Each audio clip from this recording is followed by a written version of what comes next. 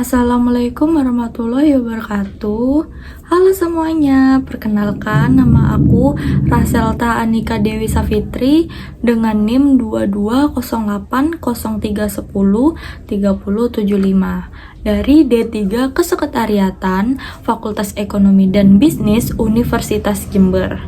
Jadi kali ini aku akan membahas tentang Gen Z dan media sosial. Media sosial ini menjadi bagian tak terpisahkan dalam kehidupan sehari-hari, khususnya bagi generasi muda. Bagaimana media sosial mempengaruhi perkembangan identitas dan kepercayaan diri mereka. Media sosial dan identitas diri. Jadi definisi identitas diri, pemahaman seseorang tentang dirinya sendiri. Jadi gimana sih sebelum bermedia sosial itu kita juga harus mencari karakteristik dari kita, ingin membuat konten seperti apa tetapi yang kedepannya itu positif dan bermanfaat bagi semua orang.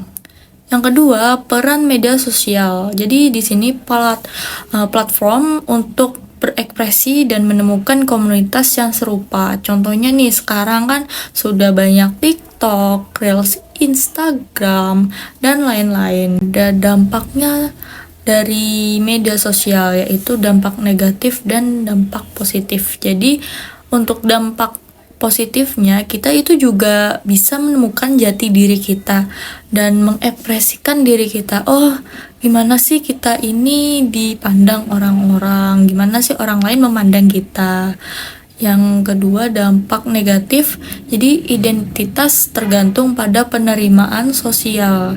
Jadi kita juga itu wajib memfilter apa aja komentar dari para netizen, karena jika kita tidak memfilter akan mengakibatkan diri kita itu seperti down, insecure, dan lain-lain. Media sosial dan kepercayaan. Jadi media sosial memiliki pengaruh yang besar pada kepercayaan diri generasi muda, baik secara positif maupun negatif. Di satu sisi, media sosial bisa meningkatkan kepercayaan diri dengan memberikan ruang untuk apresiasi dari teman atau pengikut yang dapat memotivasi mereka dan membangun rasa percaya diri. Namun, di sisi lain, media sosial juga mendorong perbandingan sosial, di mana generasi muda sering merasa tertekan untuk memenuhi standar ideal yang mereka lihat secara online. Hal ini dapat membuat mereka merasa kurang percaya diri atau tidak puas dengan dirinya sendiri, terutama jika validasi yang mereka terima kurang dari ekspektasinya. Dampak positif dari sosial media. Yang pertama, pengembangan kreativitas dan keterampilan. Membantu menampilkan karya atau bakat. Jika kalian memiliki keterampilan dan bakat, bisa banget tuh kalian share ke media sosial kalian dan kasih tahu bahwa kalian itu memiliki keterampilan dan bakat, sehingga orang-orang itu bisa melihat bahwa kalian itu memiliki keterampilan dan bakat. Yang kedua, menghubungkan generasi muda dengan orang-orang berpengaruh atau komunitas positif. Jika kalian nih suka bersepeda, mungkin kalian bisa mencari komunitas bersepeda dan selagi komunitasnya itu positif, kalian bisa mengikutinya. Yang kedua, kesadaran sosial dan empati. Pertama, meningkatkan kesadaran tentang isu sosial dan membangun empati. Jadi selama kita bermedia sosial itu jangan lupa kesadaran tentang isu-isu apa saja sih yang di sosial media dan membangun empati. Dampak negatif dari sosial media. Yang pertama ada FOMO atau Fear of Missing Out. Jadi FOMO ini adalah ketakutan ketinggalan momen atau pengalaman yang dapat memicu kecemasan dan depresi. Biasanya orang gini kan, aku juga pengen nih ikut-ikutan. Kalau misalnya aku gak ikut-ikutan tuh kayak gak keren gitu. Nah, orang tuh banyak tuh kan. Jadi orang yang FOMO ini sebenarnya juga haus validasi gitu ya. Dan kalau tidak tercapai, ya itu tadi efek sampingnya bisa memicu kecemasan dan depresi terhadap dirinya sendiri.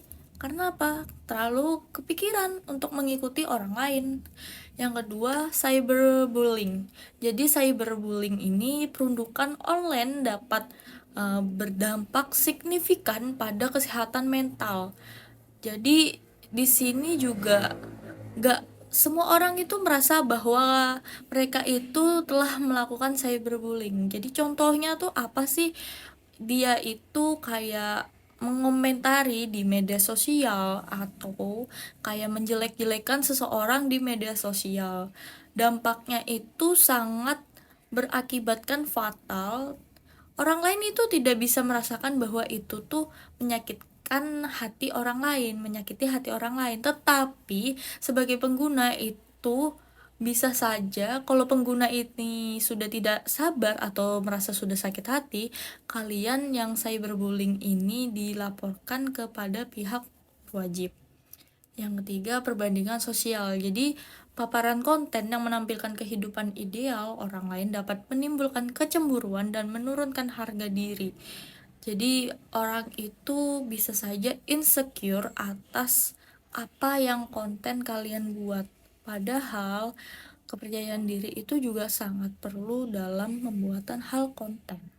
Jadi di sini aku akan memberikan tips bagaimana bermedia sosial secara yang sehat. Yang pertama ada self regulation. Jadi pengaturan diri.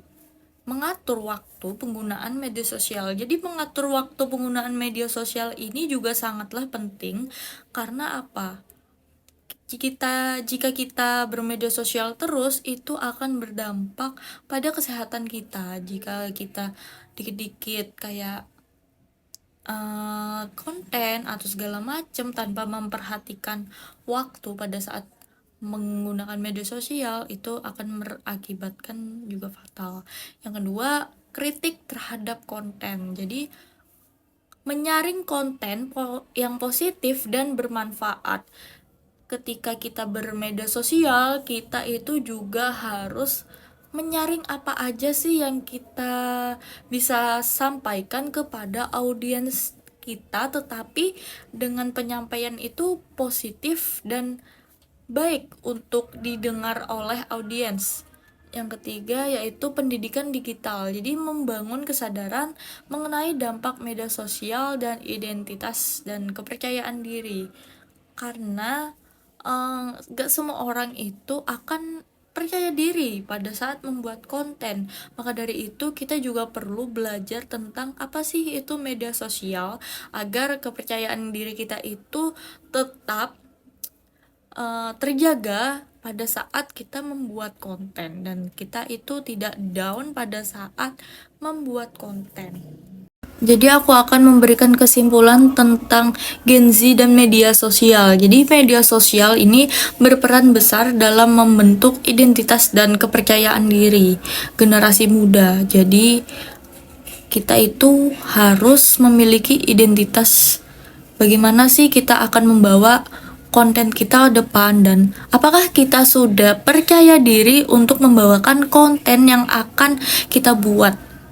Yang kedua, pentingnya pendekatan yang bijak dan kritis dalam penggunaan media sosial untuk berdampak positif. Jadi kita itu juga harus memfilter apa aja sih semisal tren yang ada di sosial media. Tidak semua tren itu kita bisa ikuti dan tidak semua tren itu dampaknya juga positif gitu, dan tidak semua tren itu semuanya positif lah intinya ya kan. Jadi kita itu harus benar-benar memfilter yang. Sekian penjelasan tentang Gen Z dan media sosial. Mohon maaf jika ada kesalahan kata. Saya akhiri dengan wassalamualaikum warahmatullahi wabarakatuh. Terima kasih, bye bye semuanya.